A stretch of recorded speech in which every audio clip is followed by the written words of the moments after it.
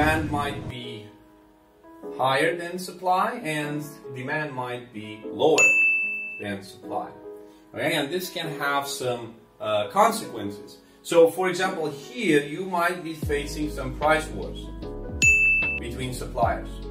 And you might find out that your other competitors are just going to drop the price and liquidate everything because they can afford it. They're sitting on a pile of cash. They have appropriation accounts. They have provisional accounts, and they can do this. But you'll be running out of business because if you sell at the price at which they sell just to satisfy that small demand that is out there on the market, you're going to be running out of the business. And there's also the situation where demand is much higher than supply, and this is an opportunity to take advantage, and you can ask for higher prices,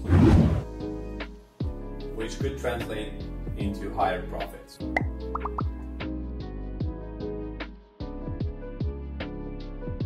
So, this being said, I hope you enjoyed this lesson, and I hope you actually got a glimpse and understood better the relationship between price, demand, supply, income, and what equilibrium price is about. And don't forget, if you have any business queries, just drop me a line and I'll help you pull it through.